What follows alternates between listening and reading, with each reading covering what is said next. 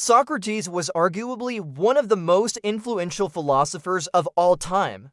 And so when he died, it was a pretty big deal. But how did he die? Well, by all accounts, Socrates died a horrible death, but also a heroic death. Let me explain. You see, Socrates was a soldier in the Athenian army, and as such, he fought bravely in many wars, including the famous Battle of Marathon. However, later in his life, he became an outspoken critic of the democracy in Athens. See, back in those days, Athens was a hotbed for democracy, but Socrates believed that democracy was a threat to true freedom and independence of thought. He believed that democracy was mob rule and that the majority opinion was often corrupted by factors like wealth and fame. And as such, he spent much of his later years simply talking with young men about ethics, morality, and the law, trying to get them to think for themselves rather than just being led around by the nose by the corrupt democratic system.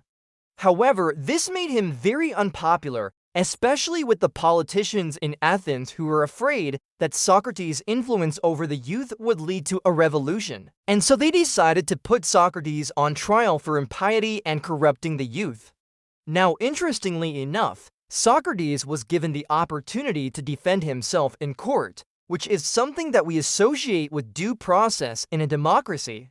But in spite of this, Socrates was convicted and sentenced to death by a vote of 280 to 230. Now, Socrates was given the option to appeal his sentence, but in order to do so, he would have had to leave Athens and never return.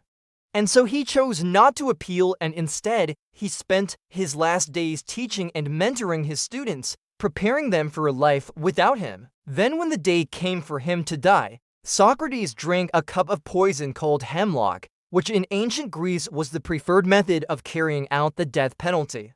And after drinking the poison, Socrates spent some time talking with his friends and students before finally succumbing to the poison. So how did Socrates die? Well, he died heroically, not just because he was willing to die for his beliefs, but also because even in the face of death, he continued to be a teacher and mentor to those around him. His last act was an act of service, which is truly heroic. I'm the host. This has been the Death of Socrates. And if you want to hear more stories like this, stay tuned.